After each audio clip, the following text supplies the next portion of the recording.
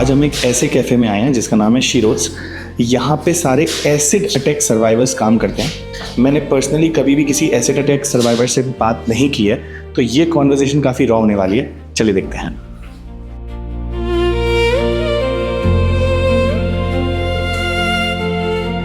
I think एक बार देख ले कहाँ पे फ्रेम बनेगा and then we can start.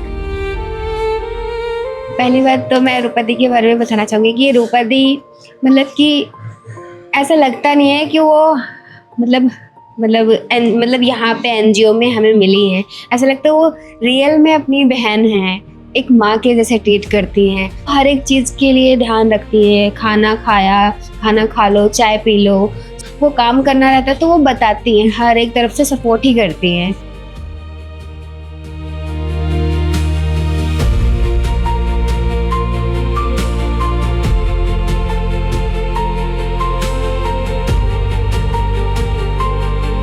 सबसे पहले तो वेलकम आपका इस पॉडकास्ट पे। पहले तो मैं ये बोलना चाहूँगा, कोई भी ऐसा सवाल जिसका जवाब आप नहीं देना चाहती हैं, आप बिल्कुल बोल सकती हैं कि इसका जवाब मुझे नहीं देना, कोई प्रॉब्लम नहीं है। आप मुझे बताओगे कि मतलब एसिड अटैक कैसे हुआ था? मेरे ऊपर तो सर मेरी स्टेप मदर ने एसिड अटैक किया था। बस रीज़न यही था, वो मुझे मारना चाहती थी बचपन से। मैं 2.5 साल की थी और मेरा भाई था 1 महीने का। तब मेरी रियल मम्मी की डेथ हो गई थी। तो पापा ने कुछ दिन के बाद मतलब फैमिली वालों ने उनकी शादी करा दी थी। तो गाँव में तो पहले छोटी उम्र में शादी हो जाती थी ना। तो मैं जब 2.5 साल की थी, उसके बाद मम्मी एक्सपायर हो गई। तो पापा ने, उनकी शादी हो गई, उनकी खुद की भी एक बेटी थी। जब वो शादी करके आई तो उनको लगा कि इनके बच्चे हैं ऑलरेडी, तो उन्होंने एक्सेप्ट करने से मना कर दिया। तो उसके बाद से लड़ाई झगड़ा चलने लगा, काफ़ी सारी दिक्कतें आई। तो दादी बाबा ने ज़्यादा सपोर्ट किया, उन्होंने पाल पोस के बड़ा किया था। फिर 2006 में भी उनकी डेथ होगी दोनों की। तो साथ में मैंने 9th पास किया था। फिर मैं उनके पास आ गई, स्टेप मदर के पास ही। पहले मैं चाचा के पास और दादी बाबा के पास ही रहती थी। फिर उनके पास गई, उन्होंने 6-7 महीने के बाद उन्होंने फिर एसिड फेंक दिया था। मतलब उनका यही था कि अगर ये बच्चे मर जाएंगे तो इनका जो भी है, इनको जो आगे मिलने वाला है सब कुछ मेरा और मेरे बच्चों का हो जाएगा। तो इसी वजह से। अच्छा। जब मेरे ऊपर अटैक हुआ तो मैं ऐसी रात भर ऐसी पड़ी हुई थी रोड पे। और फिर अगले दिन अकेले? हाँ, मैं अकेली थी। मतलब मैं अपनी स्टेप मदर के पास, मेरे जो फादर थे वो गाजियाबाद में काम करते थे, उनका सैलून था। तो स्टेप मदर के पास थी, उन्होंने डाल के वो एकदम अलग हो गए। मैं वहाँ पे चिल्ला रही थी, चीख रही थी, कोई मदद करने के लिए नहीं आ रहा था। तो फिर मेरे जो चाचा हैं फरीदाबाद में रहते थे, मेरे पापा फिर अगले दिन मॉर्निंग में गए गांव। फिर वो मुझे दिल्ली सफदरजंग हॉस्पिटल में लेकर आए। फिर वहाँ पे मेरा कंटिन्यू ट्रीटमेंट चला। स्टार्टिंग में तो मैं 1.5 से 2 महीना ICU में थी। उसके बाद जब डिस्चार्ज होकर घर गई तो असली लड़ाई तो मेरी वहाँ से स्टार्ट हुई। आसपास के लोग थे तो चाचा से बोलने लगे कि बचपन से तो आपने पाल पोस के बड़ा किया है, और अब लड़की का चेहरा जल गया तो कौन शादी करेगा, तुम्हारे ऊपर तो बोझ बन गई है पूरी ज़िंदगी, आप इसका कैसे करोगे। इससे अच्छा तो इसको मार देते, वहाँ पे इंजेक्शन लगवा देते जहर का, तो वो मर जाती। मेरे चाचा ने काफ़ी मुझे सपोर्ट किया है, मतलब कंटिन्यू उनका फुल सपोर्ट रहा है। मतलब अभी तक वो सपोर्ट करते हैं। मतलब शुरू में बहुत सारी दिक्कतें आई, मैं लगातार 1.5 से 2 साल तक बिस्तर पे ही थी, क्योंकि मेरी हालत ऐसी हो गई थी कि बचने की कोई उम्मीद नहीं थी। अच्छा। तो अभी तो मेरे 30 लगभग ऑपरेशन हो गया, 25-30 ऑपरेशन, तब मैं आपके सामने बैठी हूँ। और तब आप कितने साल की थी? उस समय मैं 13 साल की थी। 13 साल जब अटैक हुआ था। अच्छा। और जब अटैक होने के बाद मतलब ऐसी क्या परेशानियां, जब आप वापस आ गई गांव में, तो ऐसी क्या परेशानी आपको झेलनी पड़ी या सुननी पड़ी? मतलब बहुत सारी दिक्कतें थी। मैं बेड से नहीं उठ पाती थी, मेरा नहलाना धुलाना मेरे चाचा ही करते थे। और फिर जब मैं आसपास के लोग जो रिलेटिव थी वो भी देखने आते थे कि, तो चाचा को बोलते थे कि क्यों करना है, क्या करना है, इसकी कोई अब जिंदगी नहीं है, तुम मत करो, छोड़ दो इसके हाल पे। मतलब काफ़ी लड़ाई झगड़े भी हुए घर में। मेरा भाई जो छोटा था उस समय 11 साल, मेरे से 2.5 साल छोटा है, तो वो 10 साल का था, 10-11 साल का उस समय। तो वो भी बहुत मतलब देख के मुझे रोता था कि अचानक से क्या हो गया, क्योंकि एकदम मेरा जो फेस था ना ब्लैक हो गया था, सूज के बहुत मोटा हो गया था और मुझे दिखना भी बंद हो गया था। तो मुझे जब मेरे आसपास कोई लोग आते थे बात करते थे, मैं उनको आवाज़ से ही पहचानती थी। तो मुझे भी लगता था यार क्या ही ज़िंदगी है। और मुझे ये नहीं पता था मेरे साथ हुआ क्या है, बस ये था कि मेरे चाचा बोलते थे कोई नहीं, थोड़ी सी चोट लगी, ठीक हो जाएगी, हम है ना, सब ठीक हो जाएगा, टेंशन वाली कोई बात नहीं, हम बैठे हैं ना, तब तक कुछ नहीं होगा। तो मुझे यही लगता था कि हाँ ठीक है, ठीक हो जाएगा। लेकिन जब असली चैलेंज तो तब स्टार्ट हुआ जब मैंने 1.5 या 2 साल के बाद जब खुद को शीशे में देखा था ना। हम हॉरर मूवी देखते हैं और आपने शायद छपाक मूवी भी देखी होगी, उसमें जो सीन दिखाते हैं ना, प्रॉपर ऐसे ही मेरे साथ हुआ था। जब मैंने शीशा देखा था तो मैं अपने ही चेहरे से डरने लगी थी, मैं बेहोश हो गई थी और मैं रोने लगी थी। तो मुझे उस दिन पता चला कि लोग क्यों ताने देते थे मुझे, क्यों उनके मन में ये सारे सवाल आते थे कि आप लोगों के ऊपर बोझ बन गई है, कोई शादी नहीं करेगा, भूतनी सी दिखती है, फेस कवर करके रखा करो, बाहर मत देखा करो, बच्चे देखकर डर जाएंगे। उस दिन मुझे सारी चीज़ें रियलाइज हुई कि कहीं ना कहीं ये सब लोग सही थे। बट फिर धीरे धीरे मैंने उसके बाद खुद को भी मारने की कोशिश करी। मेरा ऑपरेशन हुआ था तो डॉक्टर दवाई देते हैं, मैंने एक साथ सारी दवाई खा ली। तो घर में मुझे चाचा ने काफ़ी डांटा कि हम इतना पैसा लगा रहे हैं, क्यों कर रहे हैं, इतना बर्बाद कर रहे हैं तुम्हारे ऊपर, तो हम इसीलिए कर रहे हैं यही दिन देखने के लिए। फिर मैंने थोड़ा सा सोचा कि ठीक है देखते हैं क्या होगा, मैंने ऐसे इग्नोर कर दिया और मैं नॉर्मल हो गई। फिर एक दिन मैंने खाना पीना छोड़ दिया, क्योंकि आए दिन कभी कोई आ रहा है कभी कोई आ रहा है, सेम चीज़ आपको बार बार रिपीट सुनने को मिल रही है। तो और घर में भी कुछ लोग ऐसे थे कि जो कंटिन्यू मुझे टॉर्चर करते थे अच्छा। कि बोझ बन गई है। और क्योंकि जब शुरू में जब अटैक होता है ना, उसके बाद जो आपका ट्रीटमेंट चलता है तो स्किन से ऐसे ब्लड निकलता है, मुआद वगैरह गिरती है और आप चल नहीं पाते, स्मेल जैसी आने लग जाती है, एक समय पे ऐसी हालत हो जाती है। बट कहते हैं ना कि एक बंदा भगवान ऐसा बना के भेजता है कि जो आपकी केयर करने के लिए तुरंत खड़ा रहता है। तो मेरे उस समय में चाचा थे मेरे घर में, वो दिन रात मतलब दुकान जाते थे, लेकिन मैं जैसे हफ्ते में 2 बार हॉस्पिटल जाती थी, बाकी दिन वो मेरा घर में इलाज करते थे। मतलब प्रॉपर एक कमरा उन्होंने पूरा डॉक्टर का बना दिया था, तो मैं सारी दवाई जो मेरी ड्रेसिंग की सारी चीज़ें प्रॉपर घर में ही थी। मतलब मुझे लगता था कि यार पता नहीं क्या ही लाइफ हो गई है। फिर मैंने एक दिन ऐसे ही गुस्से में फिर खाना छोड़ दिया, मैंने बिल्कुल खाना पीना सारा छोड़ दिया था कि मुझे नहीं मरना है। फिर मेरे चाचा ने फिर मुझे काफ़ी डांटा। उसके बाद से मैंने अभी तक कोई ऐसा कदम नहीं उठाया। कब से ईयर? मतलब मैं 2013 में 6 में जुड़ गई थी, उसके बाद तो मैंने ऐसा कुछ सोचा भी नहीं था। उससे पहले भी 1-2 साल पहले भी कुछ नहीं सोचा था, उसके बाद मैंने अभी तक ऐसा कुछ 2013 से 2026 13। हाँ। Very good. तो जैसे आपके पिताजी का क्या रुख था इस चीज को लेकर? मेरे पापा का जब मेरे ऊपर अटैक हुआ था तो उनको मम्मी पे पूरा भरोसा था, मतलब भरोसा हम पे भी था उन पे भी था, लेकिन मैंने कभी उनको ऐसे बताया नहीं कि मम्मी टॉर्चर करती है या ऐसे करती है। किया तो उन्होंने बहुत कुछ, मतलब मेरी लाइफ ऐसी कर दी थी कि मैं सुबह 4 बजे उठती थी, रात को 12 बजे सोती थी और घर का काम करती थी, मैं पूरा दिन काम करती थी। मैंने कभी उनको बताया नहीं कि मेरे साथ ऐसा ऐसा होता है। बट एक बार बताया भी था, अटैक से पहले ही मैंने बताया था, 1 हफ्ता पहले ही, क्योंकि उन्होंने मेरी हालत देखी थी, मैं फटे हुए कपड़े पहन के और ऐसे धूप में मतलब 2-2:30 बजे करीब ऐसे धूप में झाड़ू लगा रही थी और मैंने खाना भी नहीं खाया था। तो तब मैंने बताया उनको कि ऐसे ऐसे मेरे साथ ऐसे ऐसे होता है। तो उन्होंने शादी करने का सोचा था छोटी, जब मैं 13 साल की थी, अटैक से पहले, कि शादी कर देते हैं, ससुराल चली जाएगी तो इस नर्क से निकल जाएगी। मतलब दोबारा चाचा के पास तो जाने की कोई उम्मीद नहीं थी स्टेप मदर के पास से।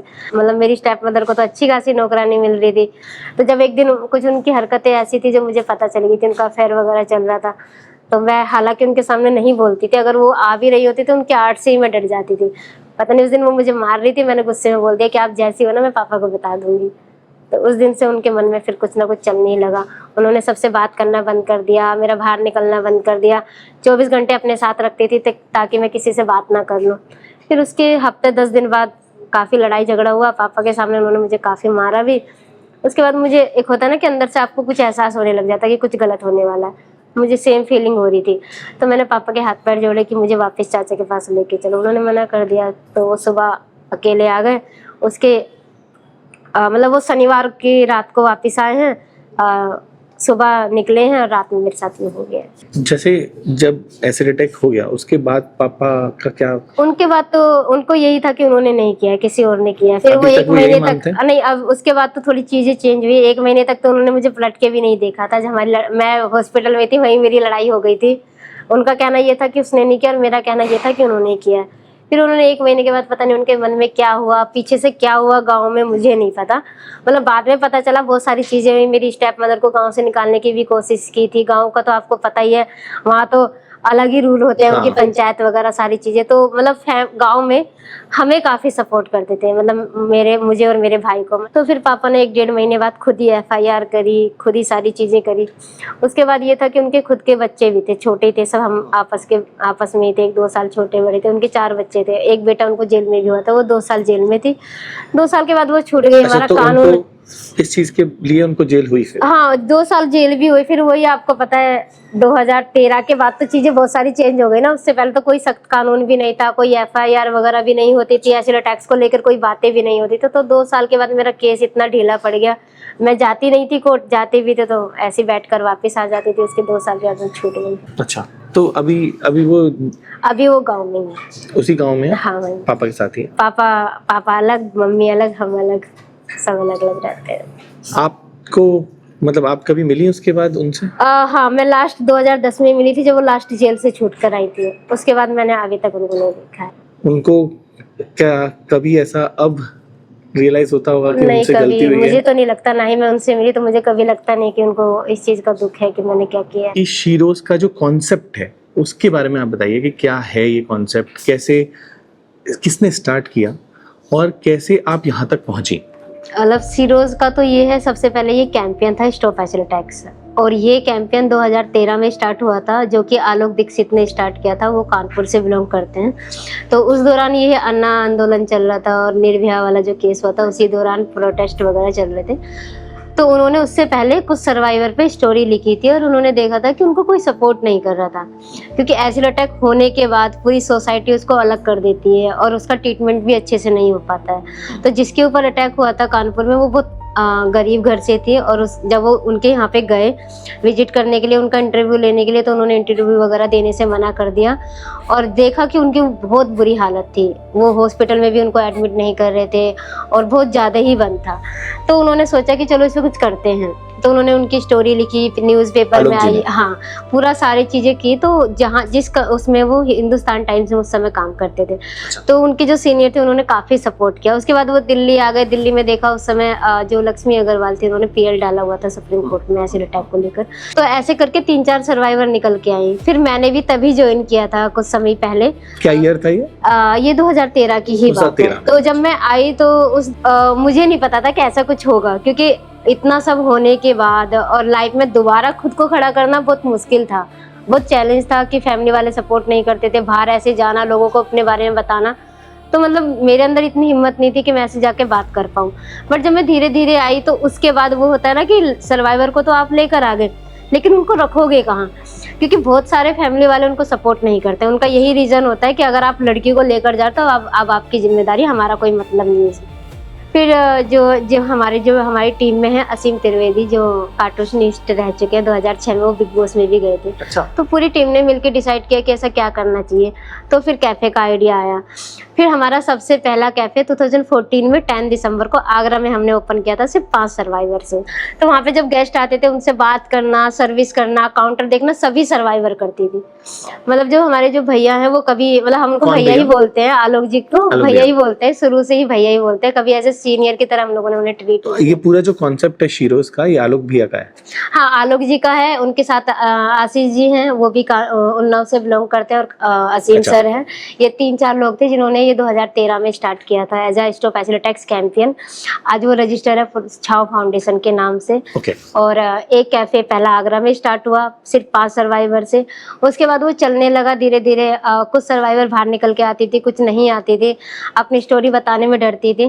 फिर एक दिन अचानक जो हमारे सीएम रह चुके हैं श्री अखिलेश यादव सर, उन्होंने अचानक से विजिट कर दिया। हमारे लिए तो सरप्राइज था। सुबह 8 बजे फिर हम लोग ऐसे ही गए भाग के, तो देखा पूरी टीम उनकी लगी हुई है।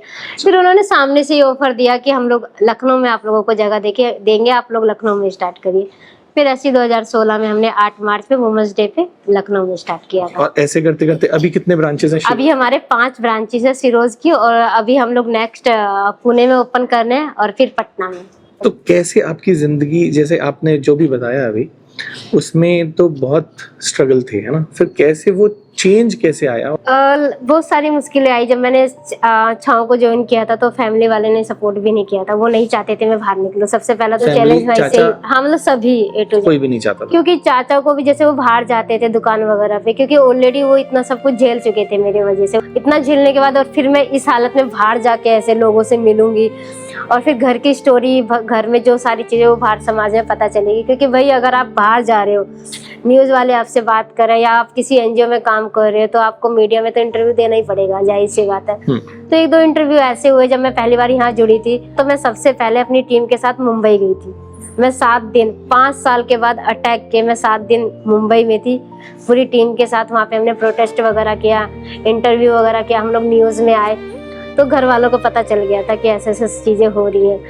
तो फिर चाचा का यही था कि बाहर नहीं जाना, हमारी बदनामी होगी, लोगों को पता चलेगा हमारे घर में क्या चल रहा है। तो मेरा यही था कि नहीं, मुझे तो अब जाना है।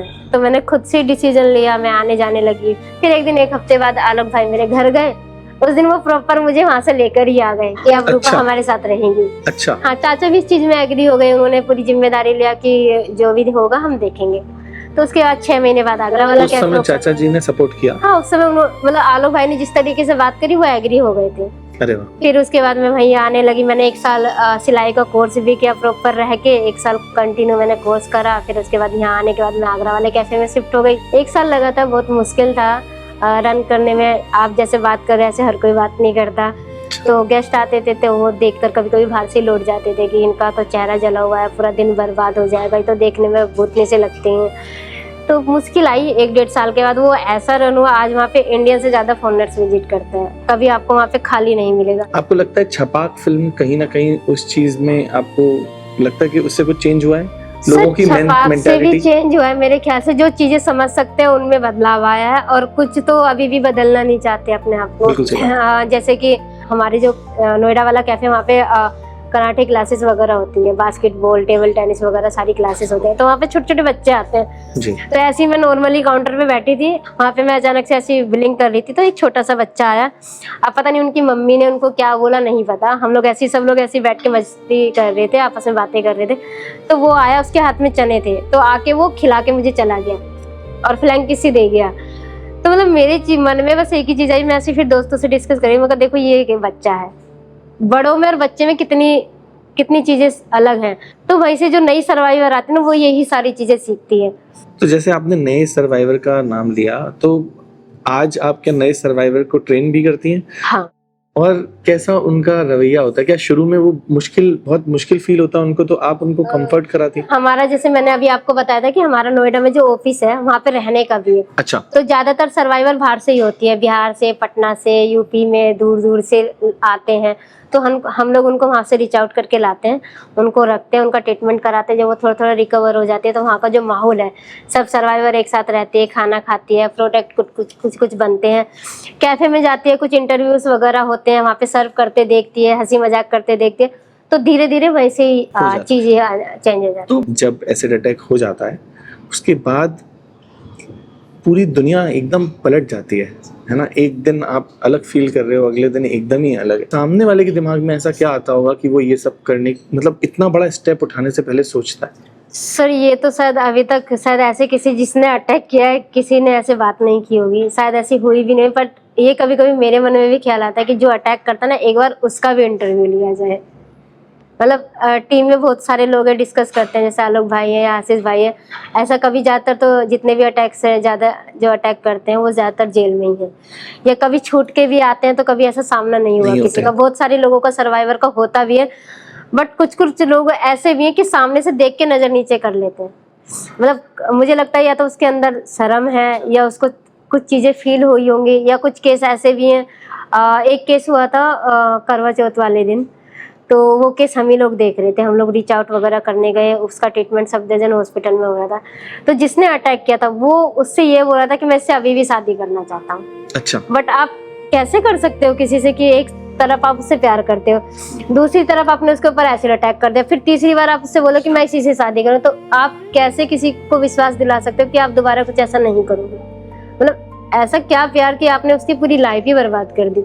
मैं तो ये सोचती कि जिस जगह पे हम काम कर रहे हैं यहाँ पे ऐसा नहीं है, सर्वाइवर की लव मैरिज भी हुई है, सर्वाइवर की अरेंज मैरिज भी हुई है। मतलब छाँव में काम करने के बाद मतलब दुनिया एकदम से चेंज हो गई है। मतलब जिस समय आपके ऊपर अटैक होता है उसके बाद तो तुरंत आपकी लाइफ एकदम चेंज हो जाती है कि पूरी दुनिया ही खत्म हो जाती है। मतलब आप प्यार सबसे ज्यादा अपने फेस से करते हो, और एकदम से वो फेस ही खराब हो जाए और जब आप खुद को देखते हो शीशे में तो पूरी दुनिया ही बदल जाती है कि लाइफ में अब पता नहीं सब खत्म। लेकिन उस चीज़ को एक्सेप्ट करना वो बहुत बड़ा मुश्किल है, बट धीरे धीरे कर लेते हैं। अब तो इतनी सारी चीज़ें चेंज हो गई, शायद हम लोग ये छाँव नहीं होता या सिरोज नहीं होता या आप जैसे लोग नहीं आ रहे होते तो समाज में पता ही नहीं चलता कि अच्छे और बुरे लोग दोनों हैं। तो कुछ लोग आपको सपोर्ट करेंगे, कुछ लोग आपको बुरा बोलेंगे। तो हम लोग, हमारे मन में तो जो अच्छे लोग हैं उनकी छवि रहती है, बुरे लोगों को हम किनारा कर देते हैं, और उसी चीज़ से आज शायद हम लोग इतना यहाँ तक बढ़ पाए हैं। एक चीज़ मेरे दिमाग में आ रही है कि जब ये एसिड अटैक होता है उसके कितने टाइम बाद तक हॉस्पिटल या डॉक्टर्स के पास जाना पड़ता है? सर अटैक के तुरंत बाद कंटिन्यू आपको 1 से 1.5 महीना हॉस्पिटल में रहना ही पड़ता है, क्योंकि कुछ कुछ केस बहुत गंभीर होते हैं कि आप उसको हॉस्पिटल में ही रख सकते हैं और ज़्यादातर आईसीयू में रहते हैं। तो कुछ 1 महीना 2 महीना कंटिन्यू 6 महीने भी रहते हैं, लेकिन उसके बाद डिस्चार्ज कर देते हैं। फिर वो घर से अप डाउन करते हैं। घर से अप डाउन करने का ये है कि हफ्ते में आपको 2 बार बुलाएंगे। फिर उसके बाद जब ट्रीटमेंट कंटिन्यू चलने लग जाता है, जो जली हुई स्किन होती है ना, उसके बाद बहुत मुश्किल हो जाता है ऐसे घर में रहना या ड्रेसिंग करना या चीज़ें, वो प्रोसेस आपका कंटिन्यू चलता रहता है। तो अभी उसके बाद जब ये प्रोसेस ऑपरेशंस का हो जाता है, उसके बाद आपकी लेजर से स्टार्ट होती है। लेजर में क्या है, जैसे आपके कहीं कहीं टाँके हैं या वाइट है, ब्लैक है, तो वो हर महीने आपका लेजर होता है। उसका 10 से 12 प्रोसेस होते हैं, वो आपको कंटिन्यू करने पड़ते हैं। तो जो हमारा जैसे एक टाई अप है एम्स के साथ, अच्छा, तो 2-3 साल से हम लोग मेडिकल पे अच्छा काम कर रहे हैं। तो 2 साल से अभी ट्रोमा की बगल में एक एम्स हॉस्पिटल न्यू बन एंड प्लास्टिक वार्ड ओपन हुआ है। तो वहाँ के जो डॉक्टर्स हैं वो free of cost as a survivor को सपोर्ट करते हैं। तो मतलब छाँव कुछ मेडिकल्स में जैसे दवाई गोली तो सब छाँव करता है, और जैसे ऑपरेशंस वगैरह करते हैं तो वो पूरी टीम वहाँ पे काम करते हैं। तो वहाँ पे उन्होंने प्रॉपर एक ऑफिस बनाया हुआ है। तो सर्वाइवर वहाँ पे हमें ना लाइन लगानी पड़ती है, ना हमें कुछ करना पड़ता है। हम फ़ोन पे डेट ले लेते हैं, फ़ोन पे सारी चीज़ें करते हैं।